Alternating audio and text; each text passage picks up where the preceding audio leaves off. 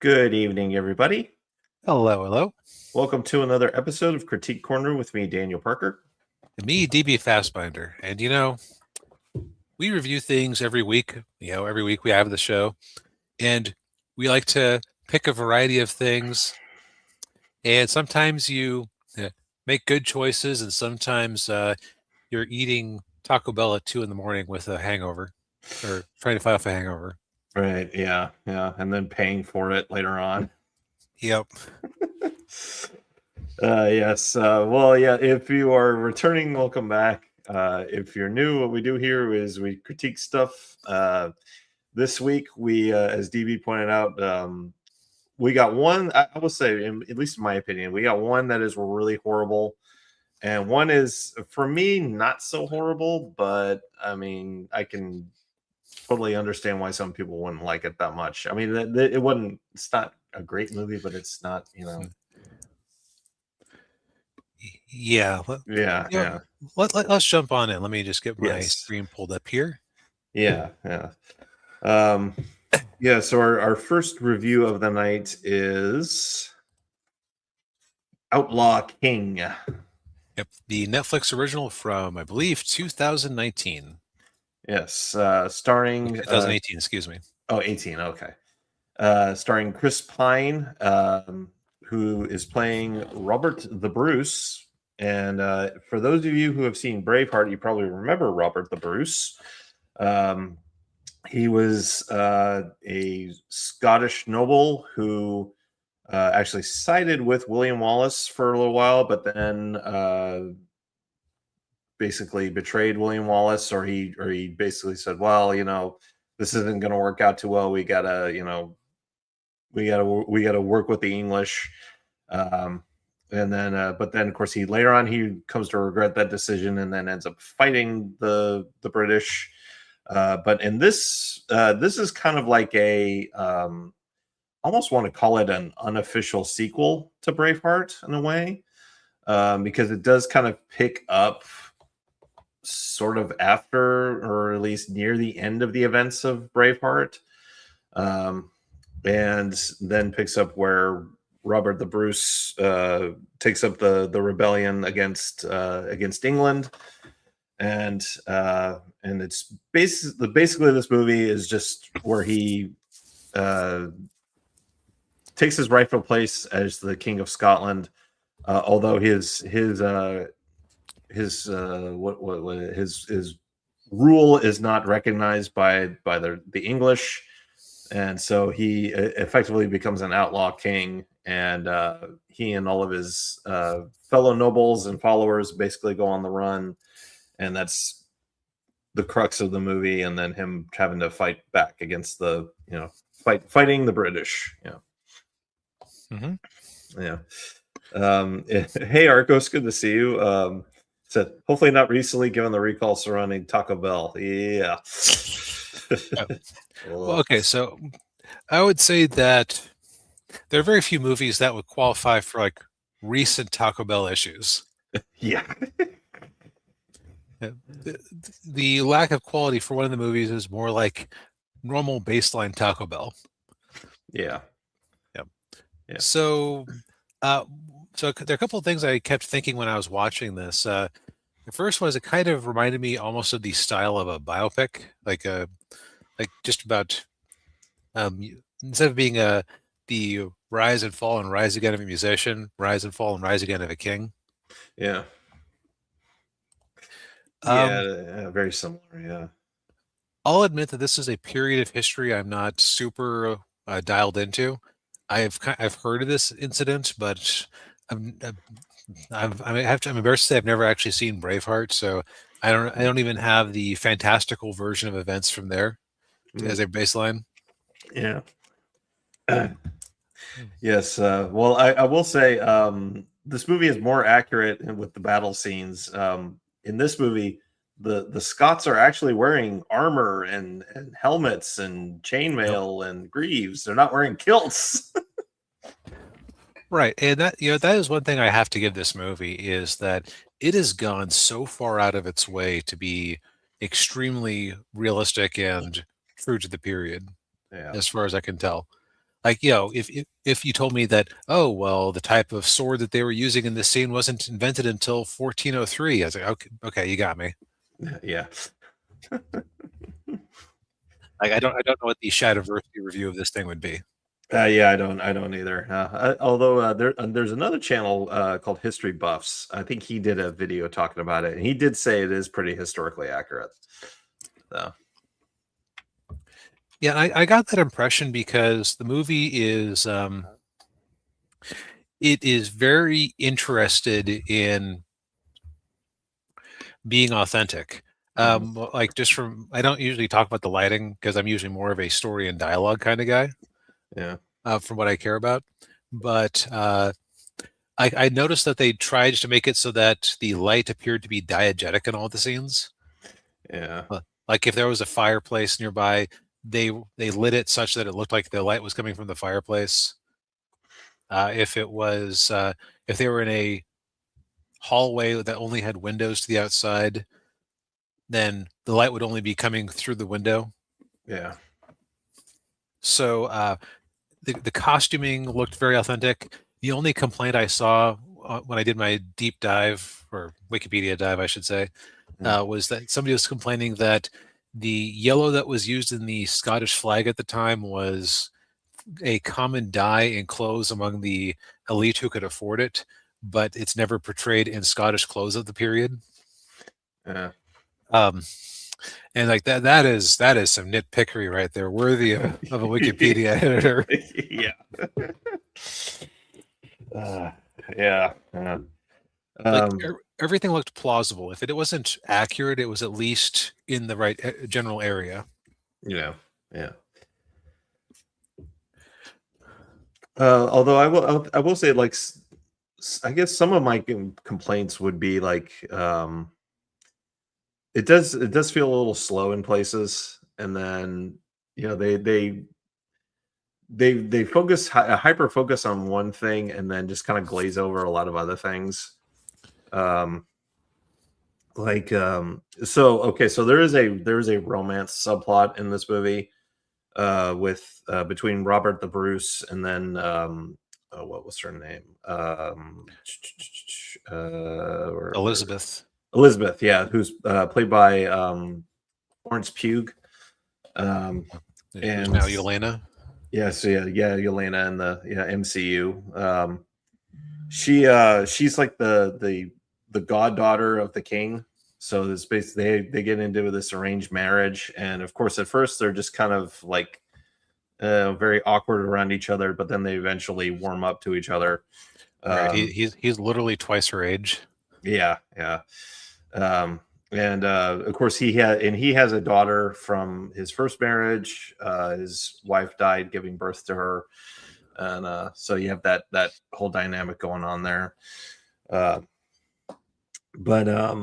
But yeah, then and so there you kind of have that going on there, and of course, like where he's, when he's off on the run, they get separated, and then she ends up getting captured by the British, and so and his daughter as well, and so you're right. That's kind of our human interest in the movie, right? Yeah.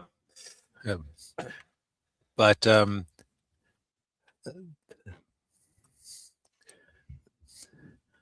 yeah, so it's like progression is he starts off, he swears loyalty to the king. He has a sword duel with, was it Edward, Prince of Wales? Yeah. Who was his childhood friend, and the two king, or Robert the Bruce's dad had actually been friends with the current king of England during the Crusades. Yeah. And and the way they portray it is that Robert is just better than him. Mm-hmm.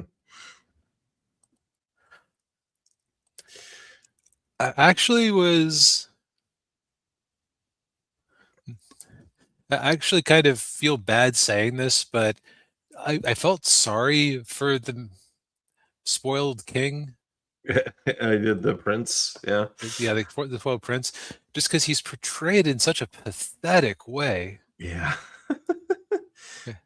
Not nearly as pathetic as how he's portrayed in Braveheart, though. I will say that. Yeah, like I know that he wasn't necessarily the best king. He was eventually taken out by his own nobles, Yeah. but it's kind of okay. This is going to be a very lowbrow example here. It kind of reminds me of the portrayal of Prince John in the Disney Robin Hood movie, without the moments of grandeur and dignity. Yeah. Yeah. Like if he was always in "mommy" mode, Yeah. or screaming out in anger, like guy just has no emotional control. No, no, he doesn't. Yeah. And a inferiority complex, a county-wide. Oh, yeah. Yeah. Yeah. Especially when he was around his father. Yeah. He's just like, So I'll say that I was very disinterested in this movie because I just didn't find it anything like it was broadly interesting just because it was a period of history I don't know that much about. yeah. And there were a couple moments of levity here and there. Yeah. But I just didn't find myself caring especially much about what was going on. Mm. Um, it is there's not a lot of characterful warmth or anything in this, or there's not a lot of charm. Charm is the missing Sure. element through most of this movie. Yeah. Yeah. Well, it's a hard thing to have given the subject matter and the time period of the that it's taken place in, I guess. Yeah, I don't. I feel like Chris Pine could have done some more early on. Like, there's not a lot of. There wasn't a there the type of thing I'm looking for. Yeah. Yeah. Like, it's fine. It's I would almost say that if this sounds like something that isn't entirely up your alley, fast forward until like the last half hour of the movie, Yeah. because that fight scene is brutal. Yeah, it is. Yeah. And I am impressed by the technical aspects of this movie because they are so good at disemboweling people. Yeah. Yeah. Oof. And yeah, Arco says so like many modern writers in regards to characterization, a place for writers to get paid therapy sessions for their parental issues. Yeah. Kinda, yeah. That is kind of how they portray Edward Prince of Wales Yeah. in this one. Oh yeah. Yeah. Yeah, but I mean it's a Netflix movie, you know. Yeah, Netflix movie, which means that um, the colors are going to be washed out and dull. You do have a rather blatant sex scene between Pine and Pugh. Yeah, yeah. So, Yeah. it Yeah. loses. Well, I guess with all the gore, you weren't going to be showing this to a high school history class anyway. Oh, that's true. Yeah. Yeah. And you do have frontal nudity with Pine. Yeah, look, at least it's not like that. Like that one romance movie we reviewed a couple years back Oh, with Sydney Sweeney. with Sydney Sweeney, where it's like, Yeah. why did I have to see the tackle of the romantic lead and one of the other guys, and we never got to see the Sweeneys. Yeah, yeah. Hmm. Yeah. Yeah, yeah. Where's the fairness? Yeah, yeah, that's not fair. No, no, not fair at all. So this one at least has balance. Yes. Anyhow, like it works fine as a period piece. Again, I didn't find myself gelling with the characters very much. Mm. Yeah. Yeah, I understand. Yeah. But I've they won they won an award somewhere for their technical excellence. It wasn't an Oscar, but it was some like lesser award. And Yeah. I will totally give it to them because the effort is way on display in this movie. So Oh yes, definitely. Yeah. Yes, this thing especially was with that. made for 120 million. Wow. It had to have been had to have been the costumes and Right, the sets, the sets and yeah, and that last battle scene too. Yeah. right, the cast of thousands in the actual costumes with all the horses falling over in a way that they weren't actually just being horribly killed. Yeah. Yeah. I did keep wondering, okay, is that falling horse, is that horse falling into the bog CGI? Probably. Yeah. I would think so. I would hope so. Yeah. That's not good for the horse. Also, okay, so I'm going to say something kind of strange. I'm starting to fall out of love with Chris Pine as an actor. Mm. There's something so hollow about his eyes in a lot of the time, but it could also just be that he was trying to play it very serious when I think he's at his best when he's trying to be like sort of jokey charm, like when he was Captain Kirk. Yeah. Yeah. Or the Dungeons and Dragons movie. Yeah. Yeah, like, but like this one just kept giving me Henry Cavill flashbacks. And my Henry Cavill flashback or opinion is usually he's a cool guy and I like him, but why don't I ever like his movies? Yeah. Yeah. Yeah. It's unfortunate. Yeah. Yes, and Arcos, yes, so good at disemboweling people, not as good. Not Yeah, so good at what? not as good as Taco Bell as it is. Yeah. Yes. Well, I think it's time to keep this review short. Yes. Speaking of short reviews, Yes. Martin Short. Marty, life is short. Yeah. Netflix said, "Damn it, Amazon beat us to I Like Me," and the story of John Candy. What other Canadian comedian can we tell the life story of? Yes. Oh, Martin Short. Yes. So I watched this a couple of weeks ago.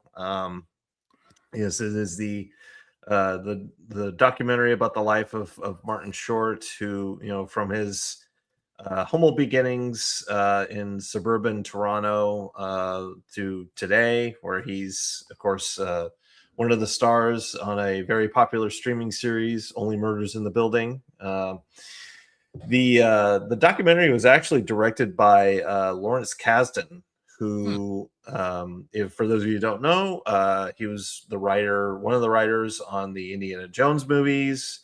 He wrote Empire Strikes Back and Return of the Jedi. He also directed a few movies,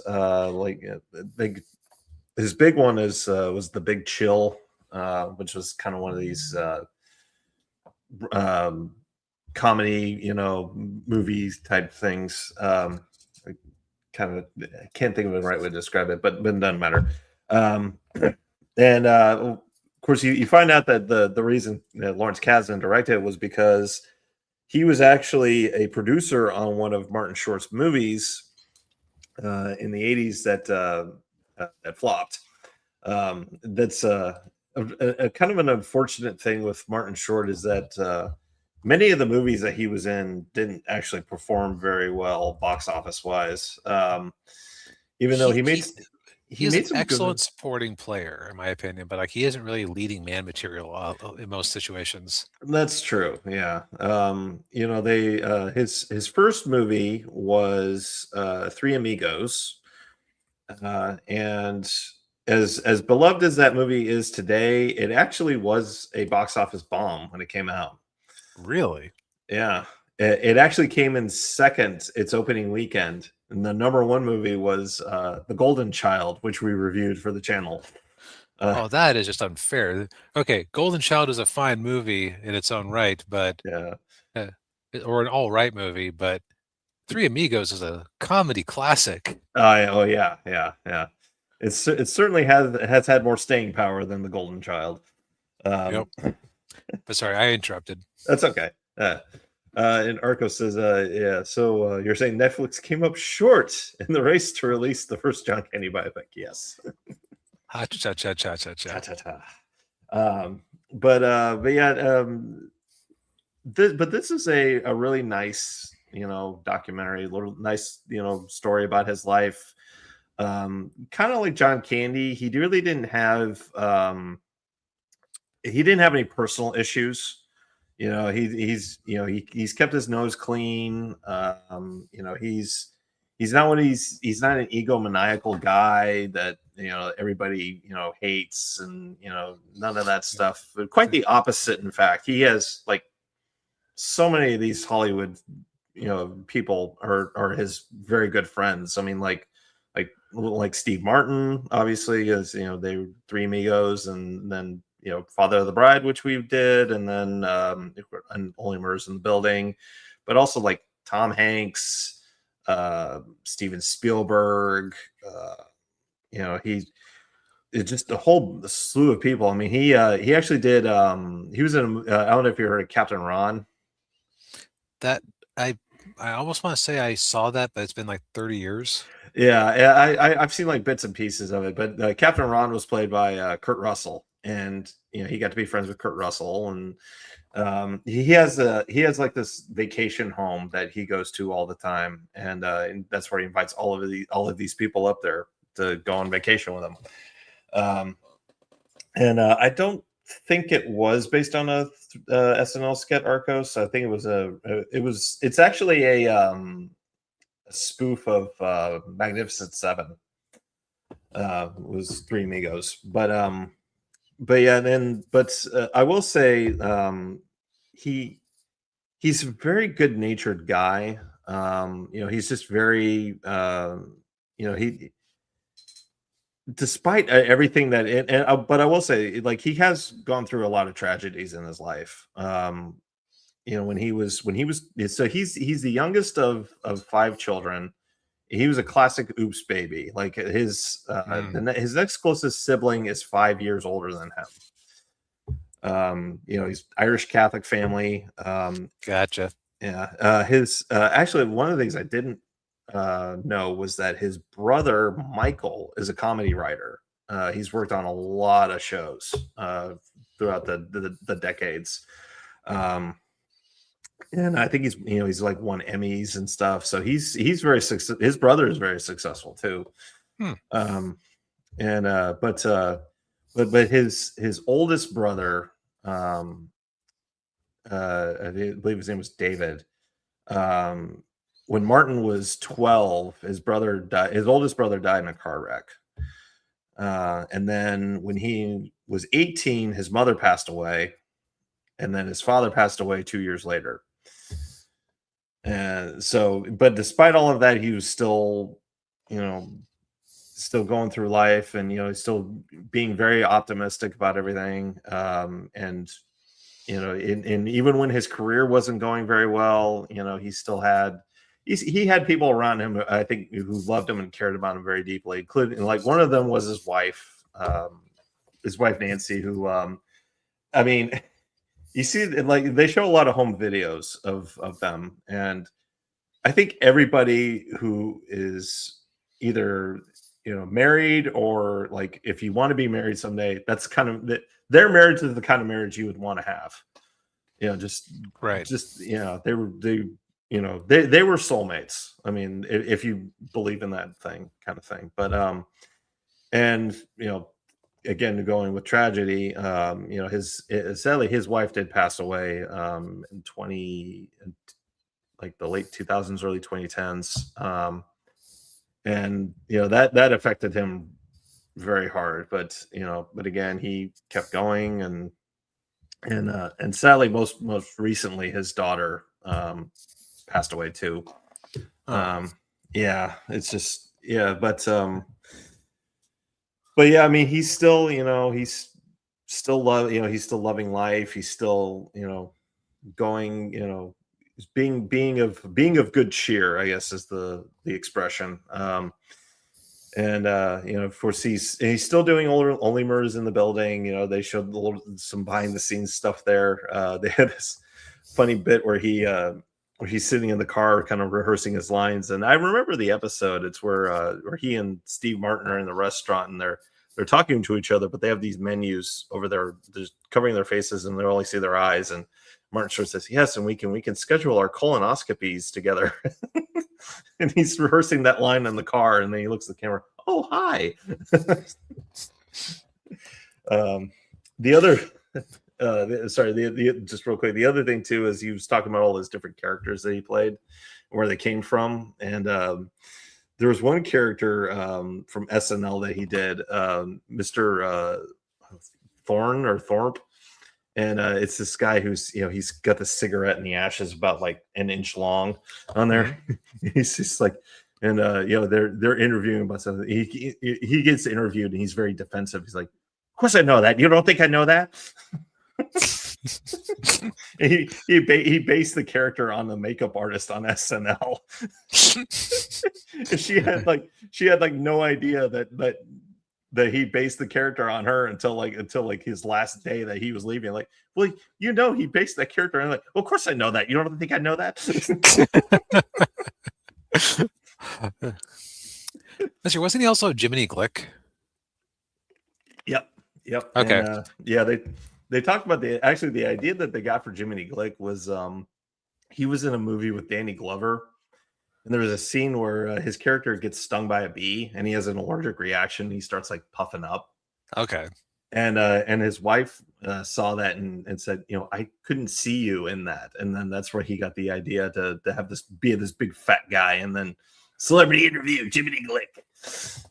I just had a weird connection that might not actually be anything. Do you think he's supposed to be based on what's his name over at Film Threat? Chris Gore. Oh, Chris Gore. I don't think so. He's much more flamboyant, but like he kind of had the same hair as I recall.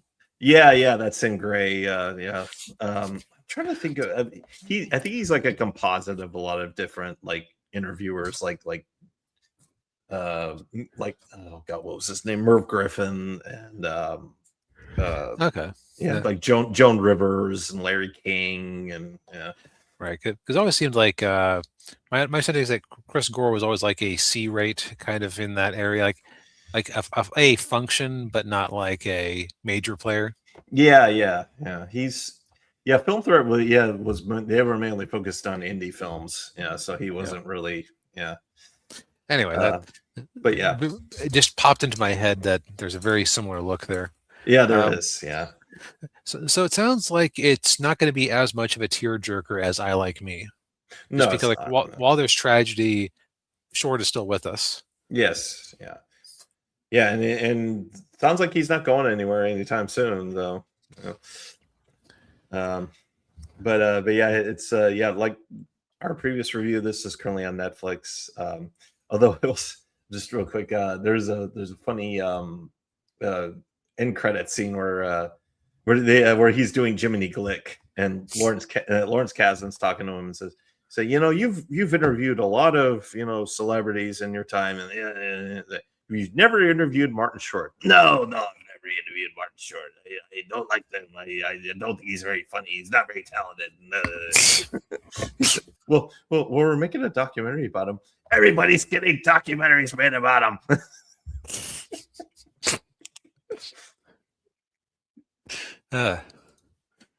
Well, sounds like it's worth a watch. I haven't seen it myself. I just know of Martin from things I've seen him in.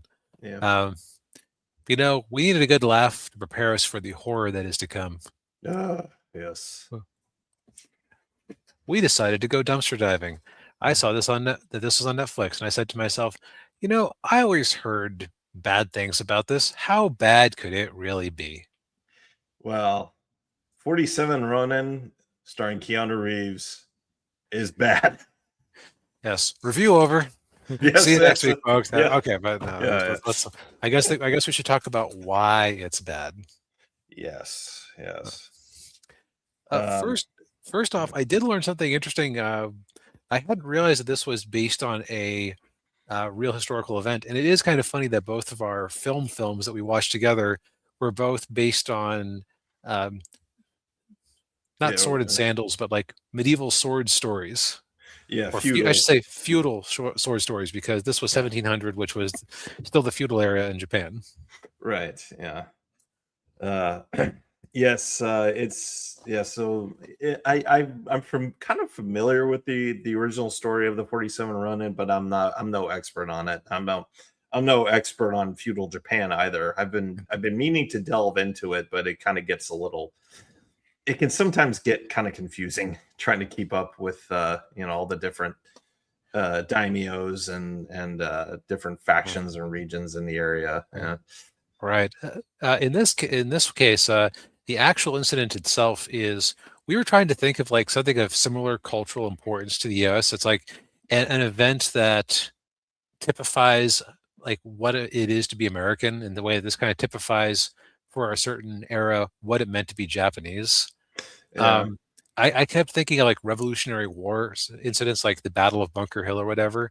They just showed Yeah. like the grit and can-do-ness of the Americans, even when they didn't have enough resources. Yeah.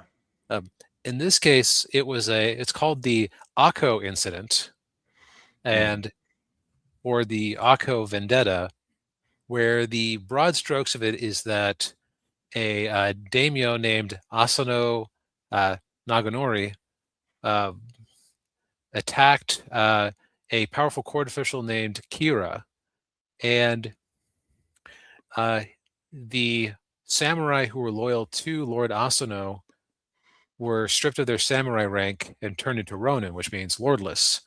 Yeah. And roughly 2 years later, they all got these 47 of them all got together and launched an attack to take out Kira in in an act of revenge and loyalty to their lord, even though they Yeah. were Ronin. Yeah. Now, normally they would have just been put to death as criminals without honor, which, big deal in those days. Yeah. And uh, but they were permitted to commit seppuku instead, which, self ending, Mm. so that they could still have their honor, because the people were so with them because of the cowardly way that that the Lord had been taken out. Because in this version, at least, it was because uh, Lord Asano was tricked into thinking that his daughter was being Uh, violently loved yeah. by Kira, Yeah. and so he barges into his room, attacks, and of course he's attacking a court official. In like he can't just say, "But I saw a vision that you were Yeah. attacking my daughter." That isn't a defense in any court, really. No. No. Even though this movie takes place in a universe where there are witches and monsters Yeah, and beasts and yeah. yeah. So this movie has taken a key event in Japanese cultural history, and there's a lot you could do with that. I Mm. honestly don't know that it would necessarily justify a whole movie, and depending on how you wanted to tell it. But it seems to me that you, at the very least, could get like an hour-long TV special out of it, or you could turn it into like a season of anime if you wanted to develop more of the Ronin. Right. Yeah. Yeah, and Arco says, "Yeah, this movie is as bad as as Reeves is a good person." Yeah, that's true. Uh, Yeah. Keanu's too good for this movie. yes, he doesn't do his best work here, but also it's like, what does he have to work with? Um, Yeah, yeah, yeah. So there are a couple of positives I can say about this thing. By the way, we just gave away the outlines of the plot, yeah, but it's historical fiction, so yeah, um, it is what it is. Th- but the way that they decided to fill more time in this thing was, it's like somebody was embarrassed about the fact that Keanu Reeves is only half Japanese, yeah. and so they made him in universe a half breed. Hmm. Um, the father of, what was it, a Japanese peasant, and excuse me, the son of a Japanese peasant and an English sailor, Right. Yeah. um, who was raised by the Tengu with amazing sword skills. Yes. Yeah.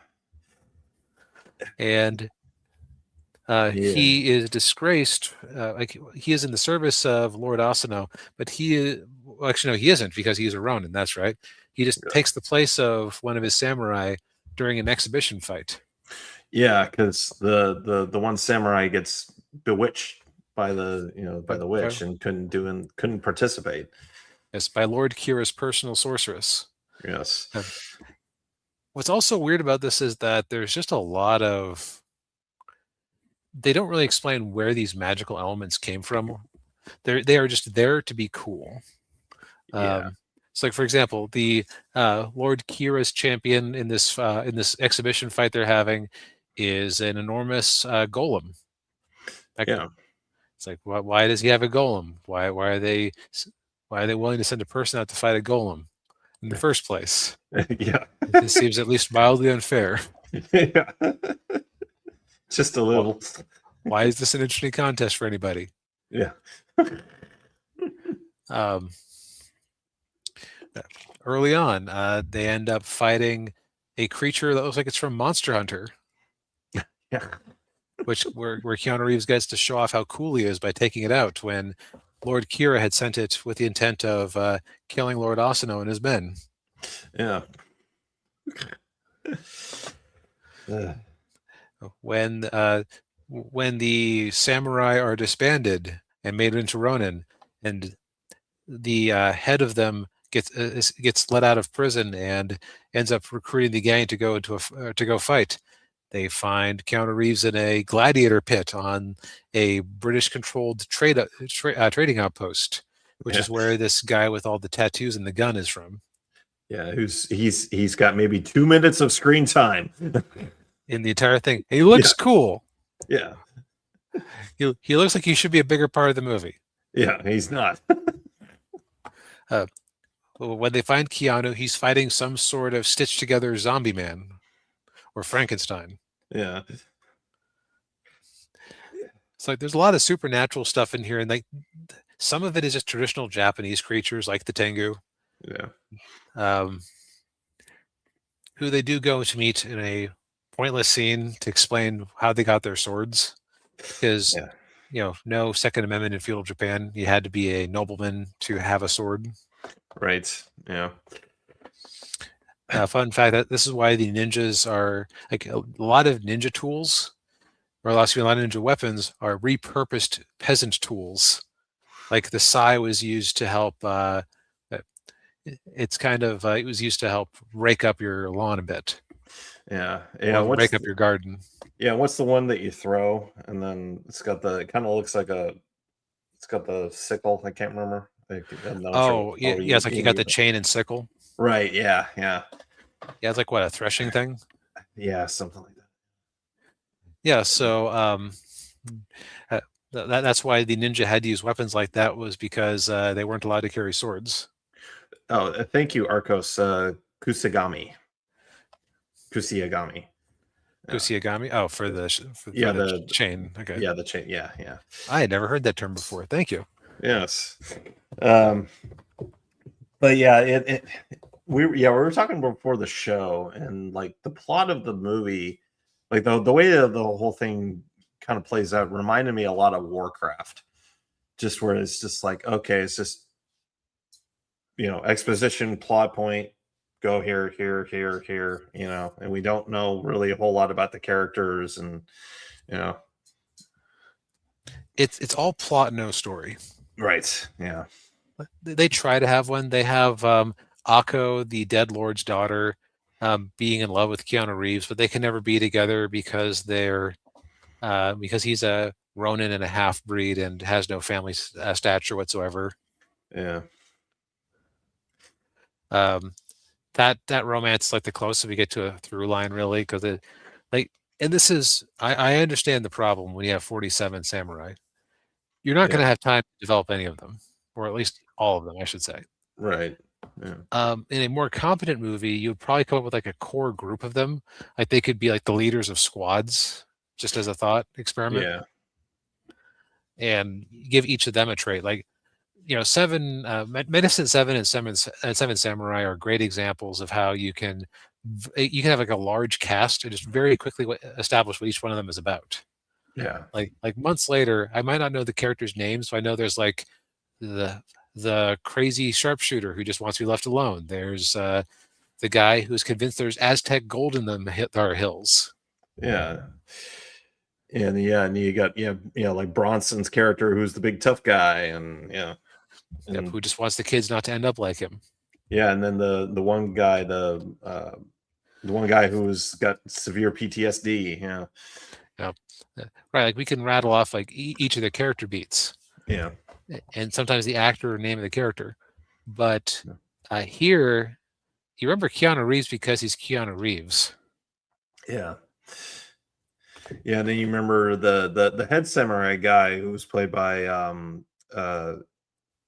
Hiroyuki Sanada, who he's kind of like Ken Watanabe. You know, if you need a middle-aged Japanese actor for your Hollywood movie, you're calling him or you're calling Ken Watanabe. I can't believe it wasn't Ken Watanabe. I'm not gonna lie. Yeah. Maybe he wanted too much money, or he was busy being in. What would he have been busy being in at the time? This is before the Meg, so Godzilla. I think this was. I think that first Godzilla came out right around this time. Or maybe, although, right. Yeah, I can't remember. Yeah. Although I seem to recall this movie may have been filmed like it came out in 2013, but I want to say it was filmed in like 2010 or 2011. Development on the film began in 2008. It was shot between March and April 2011, and then they had reshoots in 2012. So this thing had some developmental hell. Yeah. And it kind of shows, man, you wonder what they reshot. I don't know. Yeah. Couldn't have, kind of like the Rise of Skywalker. They just kept doing reshoots and kept cutting it and editing it until finally they just said, just put it out already. Yep.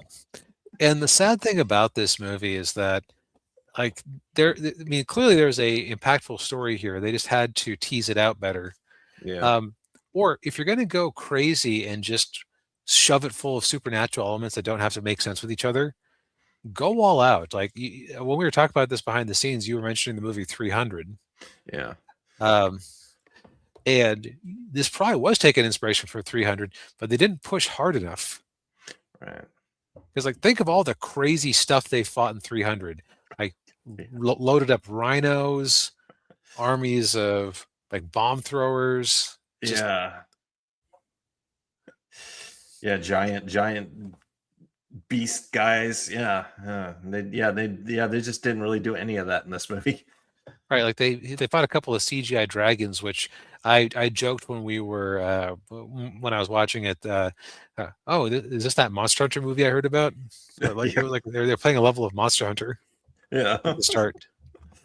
Yeah, and it's like I would say commit to it. Like if you can't afford Reeves and some more set pieces, just drop Reeves. Make the head samurai guy. Like, you could have a May September romance where Akko is like falling in love with her protector or something, and just condense down the characters. You don't need the Tengu thing because that wasn't actually interesting or relevant. Yeah, because there was really no price paid for getting the swords from the Tengu. No, there wasn't. Yeah. Well, they did have to fight a little bit, but yeah. Well, let's be honest. I mean, Keanu Reeves was in the movie because it's a Hollywood big picture movie, and they needed a recognizable star in it to get people to go see it. Although that didn't work, but yeah, he's kind of lucky that he got John Wick, because otherwise, this thing. Oh, this would kill. Trying very hard to kill his career. Yeah. Oh, yeah. Well, no. Yes. Do not waste your 2 hours on this movie. 2 hours of your life on this movie. Like I wasn't the biggest fan of the Outlaw King, but I can say that there's like an artistic merit to it, and you may enjoy it. But this is it's not even so bad it's good. No, it isn't. No, it's just sad. I would say the best thing they had going, and it's why she's up front and center, even though she has like maybe 10 minutes over the whole movie, is Lord Kira's witch. Yeah. Yeah, and she's played by what's her name? Riko Kikuchi. Mhm. And she was in Pacific Rim. Oh, okay. And I also recognize her from Tokyo Vice. Oh. Another Japanese actress. You need a young Japanese actress in your movie. Hollywood needs you cast her. Yep. And hey, she had a stage presence. It was more interesting when she was around, so Yeah. could have just gone all in on her. Also, okay, was it just me, or was the way that they had Lord Kira set up? Oh, Did yeah. he look like Liu Kang? He does. Well, actually, funny you should mention that. I looked him up. The guy who plays Lord Kira, actually, he played Lord Raiden in the new Mortal Kombat movies. So close. Yeah, you're close. Yeah. Yeah. But if you do feel the need to waste 2 hours of your life, this movie is on Netflix. Yeah. But remember, life is too short, so watch Martin Short instead. Yes, indeed. Well, I think we've said all we need to say for tonight. And probably more than that. Yeah. Well, thank you everybody for tuning in. We appreciate it as always. Hit the like button, subscribe to the channel if you haven't already. Ring the bell, buy some books, and we'll see you next week. Bye, everybody. Good night.